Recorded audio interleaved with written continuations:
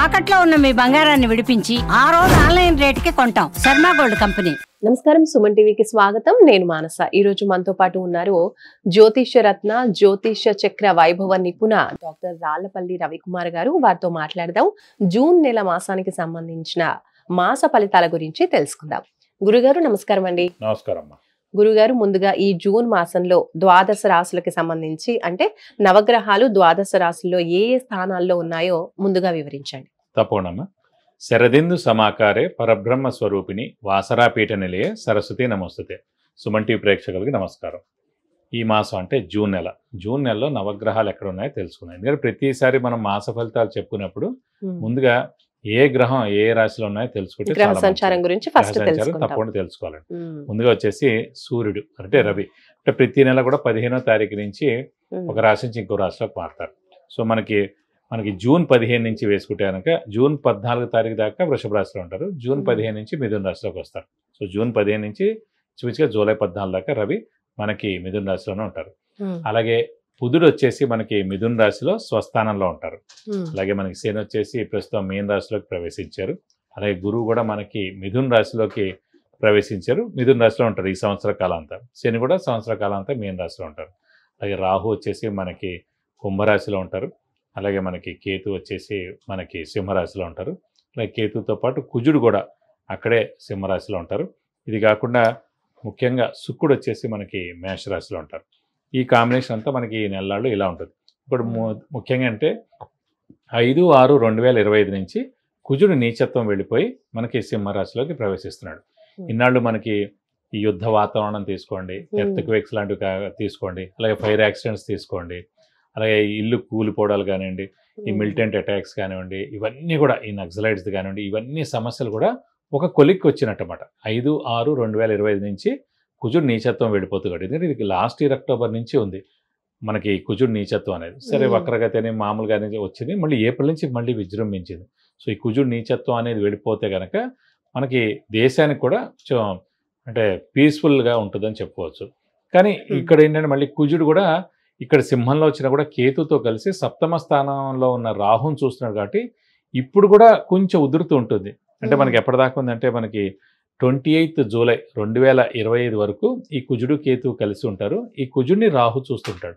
So 28 July దాకా కూడా మళ్ళీ ఈ ప్రకృతి వైపరీత్యాలు కానివ్వండి ఇలాంటి వరకు చిన్న చిన్న జరిగేందుకు అవకాశాలు ఉన్నాయి. అలాగే యాక్సిడెంట్స్ ఎక్కువగా జరిగేటట్టు ఉన్నాయి ఈ 1 మంత్ ఈ 2 మంత్స్లో కూడా.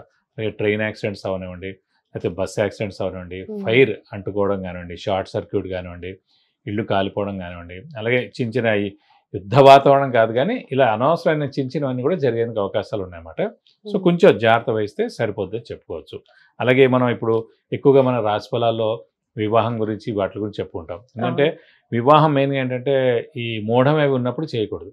అంటే ఏదైనా ఎన్ని శుభకార్యం అంటే ఈ ఇంటి గృహప్రవేశం కానివ్వండి, శంకుస్థాపన కానివ్వండి, అలాగే వివాహం కానివ్వండి, అలాగే ఎంగేజ్మెంట్ కానివ్వండి, ఏదైనా ఎన్ని మేజర్ శుభకార్యాలు ఏవైనా సరే మూఢంలో చేయకూడదు. ఎందుకు మనం అలర్ట్ చేస్తున్నాం అంటే అండి, మూఢం మనకు ఇంచుమించుగా 3 నెలల పాటు ఉందండి. ఫస్ట్ వచ్చేసి ఇప్పుడు 10th జూన్ నుంచి 8th జూలై దాకా మూఢం ఉంది. సో ఈ టైంలో మనం ఏమి అంటే కనీసం పెళ్లి చూపులు కూడా చూడడానికి వీలేదు అనమాట. సో అందుగురించి ఇది మనం వేస్ట్ చేయకూడదు టైం. ఈ ఏడాది గురుబలం బాగా ఉన్న వాళ్ళందరూ కూడా త్వరగా మనం ఫిక్స్ చేసుకుంటే మంచిది. అలాగే మళ్ళీ నవంబర్ 30 నుంచి 13th ఫిబ్రవరి 2026 దాకా అంటే అదొక 75 రోజులు. ఈ 10th జూన్ నుంచి 8th జూలై దాకా తీసుకుంటే 30 రోజులు. చూసి ఓవరాల్గా మనకి 100 రోజులు 105 రోజుల దాకా మూఢమే ఉంటుంది ఈ సంవత్సరం అంతా. కాబట్టి గురుబలం బాగా ఉన్న వాళ్ళ మటుకు గట్టి ప్రయత్నం, మానవ ప్రయత్నం, స్పీడ్గా స్మార్ట్ వర్క్ చేసి ఏదైనా చేసి ఫాస్ట్గా పెళ్లి కుదుర్చుకోవడం అనేది చేసుకుంటే చాలా మంచిది. గురుగారు, ధనుసు రాశి వాళ్ళకి జూన్ మాసం ఏ విధంగా అనుకూలించబోతోంది, ఏ విషయాల్లో జాగ్రత్తగా ఉండాలి, అసలు ధనుసు రాశి వాళ్ళకి ఈ మాసం ఏ విధంగా ఉందో తెలియచేయండి.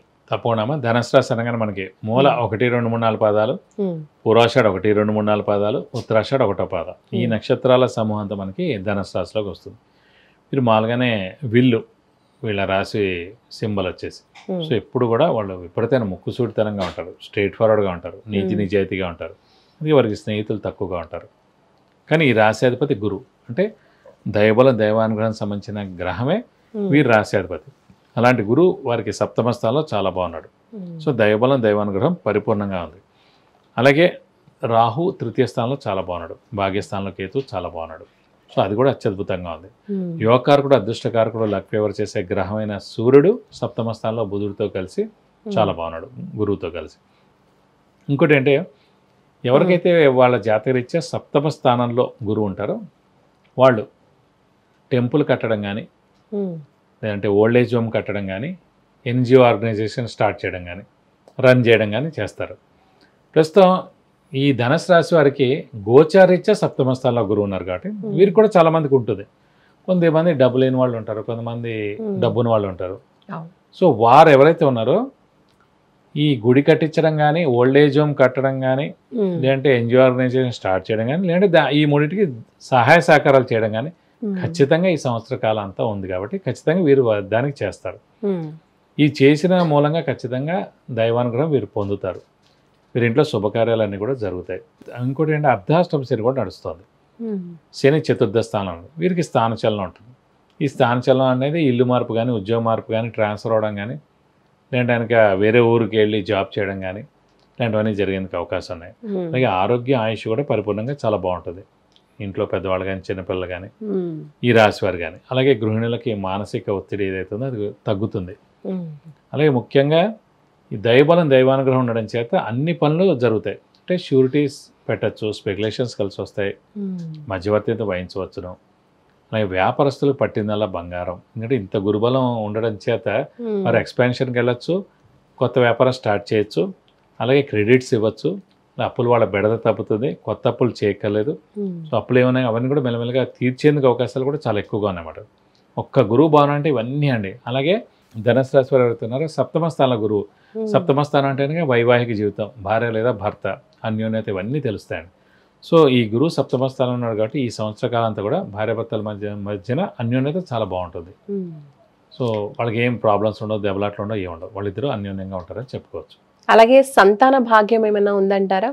సాధారణంగా సంతాన కారకుడే గురువు అండి. అలాంటి సంతాన కారకుడైన గురువే సప్తమ స్థానంలో పరిపూర్ణంగా 100% ఉన్నాడు కాబట్టి సంతానం లేని వారు ఎవరికైనా సరే ఖచ్చితంగా సంతానం కలిగేందుకు అవకాశాలు 100%. ధనుసు రాశి వాళ్ళకి ఇంకా స్థాన చలనం ఏమైనా ఉందంటారా? స్థానచలనం ఖచ్చితంగా ఉందని చెప్పుకోవాలి. ఎందుకంటే అర్ధాష్టమ శని అనేది 31 మార్చి నుంచి స్టార్ట్ అయింది.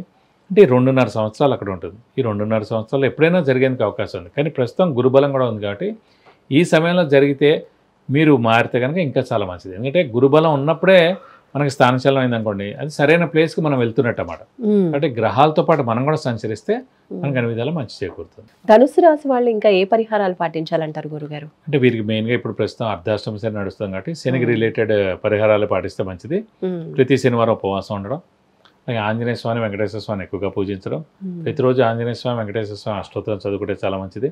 అలాగే మంగళవారం, శనివారం ఆంజనేయ స్వామి టెంపుల్కి వెళ్ళి 40 ప్రదక్షిణాలు చేయడం, అలాగే మనకి బుధవారం, శనివారం వెంకటేశ్వర స్వామి టెంపుల్కి వెళ్ళి 40 ప్రదక్షిణాలు చేస్తే చాలా మంచిది. ఇంకా ఒక శనివారం రోజు రక్తదానం కూడా చేస్తే చాలా మంచిది. ఇవన్నీ పరిహారాలు పాటిస్తానికి మీకు అన్ని విధాలు మంచి చేకూరుతుంది. రైట్ గురుగారు, ధన్యవాదాలు. నమస్కారం. ఇదండి ధనుస్సు రాశి వాళ్ళకి సంబంధించి జూన్ మాసంలో ఉన్న రాశి ఫలితాలు. విద్య, ఉద్యోగం, వ్యాపారం, వివాహం, సంతాన యోగం, వ్యాపారం, గృహయోగం, వాహన యోగం, ఇలాంటి ఏ విషయానికి సంబంధించి అయినా సరే మీ జాతకానికి సంబంధించిన విషయాలు మీరు పరిహారాలు కావచ్చు, ఏవైనా తెలుసుకోవాలి అనుకుంటే, పర్సనల్గా గురువు గారితో అపాయింట్మెంట్ తీసుకోవాలి అనుకుంటే స్క్రీన్ పైన కనిపించే నెంబర్స్కి కాల్ చేయొచ్చు, లేదంటే వాట్సాప్ కూడా చేయొచ్చు.